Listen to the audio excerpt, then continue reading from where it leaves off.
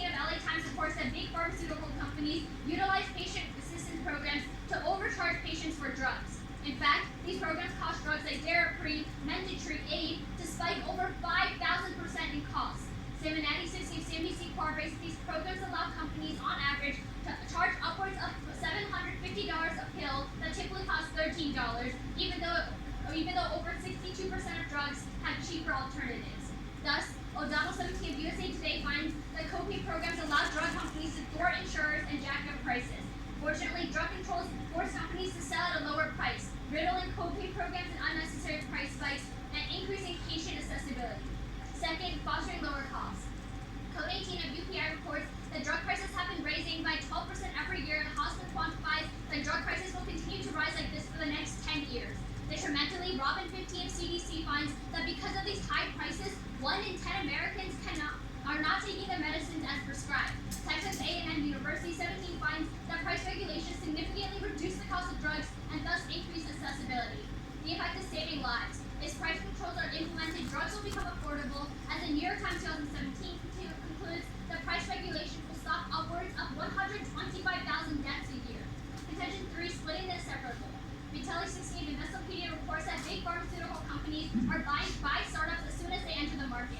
Algebra 60 of Fortune corroborates that companies buy startups with excess revenue that is not filtered into their yearly budget, which is why corporations will only take over these startups if they have the extra money.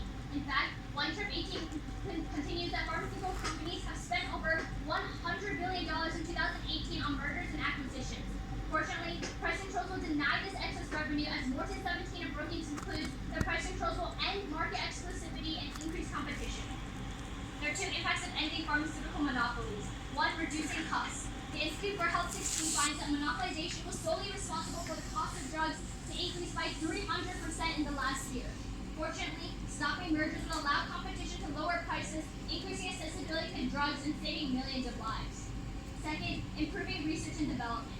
Primet 18 of ACM reports that big companies take over startups and shut down innovative projects. In fact, the market could have 5% more drugs a year without mergers, which Lichtenberg 03 terminalizes that the average new drug saves 18,800 lives per year. For these reasons, Judicial and I are proud to affirm. Before Joe gives his speech, can I see the 1.5 million people died from poisoning?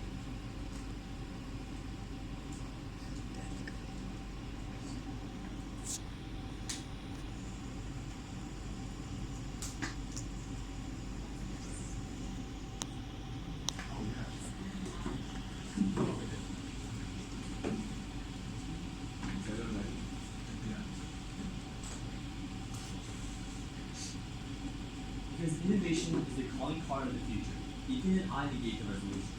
Our sole contention is a prescription disaster. As we speak, medical innovations are effectively reducing mortality and suffering across the world and in the United States.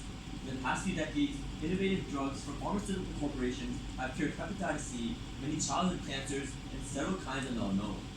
Elsewhere, Easton of Stat News finds that new drugs have reduced the AIDS death rate from 100% to almost 0%, and reduced cardiovascular mortality by 50%.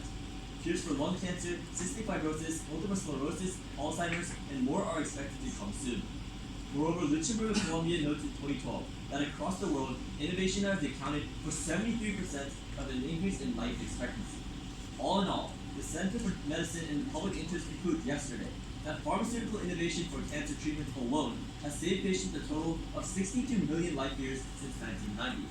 Life years are when life-saving medication enables a patient to live an extra, perfectly healthy year. However, price controls impede this life-saving research by drastically cutting companies' funding for research and development, or R&D. This occurs in 2 ways. First, decreased funds. Chair of Harvard University concludes that pharmaceutical companies set their budgets for R&D based on how much they are earning. This is the primary source of R&D funding. When they earn a lot of profit, they allocate more money to R&D, and when profits go down, though, spending on R&D plummets. In fact, Giacoto of the Cato Institute asserts that for every 10% reduction in drug prices due to price controls, there's a resultant 5.83% decrease in R&D investments. Overall, Santier and Vernon of the University of Connecticut quantified that if the U.S. had price controls from 1981 to 2000, pharmaceutical corporations would have expended $293 billion less on research and development. Second is reduced incentive. When price controls are in place, even companies that have already found new and successful molecules or drugs lack the revenue to continue development. Kudibina of Stanford University notes that because of decreased profit margins due to price controls, many corporations that find promising and new compounds will choose to not develop medications because it's not worth it. Bullen of Scientific American further in 2014 that because of formulation, FDA approval, testing, and more, the price of developing a single successful drug from compound to final product is now more than $2.5 billion, a quantity that most drugs will be unable to return under price controls. As a result, Kudibina continues that a 40% decrease in drug prices due to price controls would cause corporations to abandon 60% of their early-stage R&D projects. When it is more difficult to recoup their investments, pharmaceutical corporations become less willing to invest. The resulting decrease in innovation has two implications. First is increasing medical costs. Winigarden of Forbes finds in 2017 that because innovations reduce expensive surgeries, streamline medical procedures, and minimize hospital time by preemptively keeping people healthy, medical innovations reduce healthcare spending.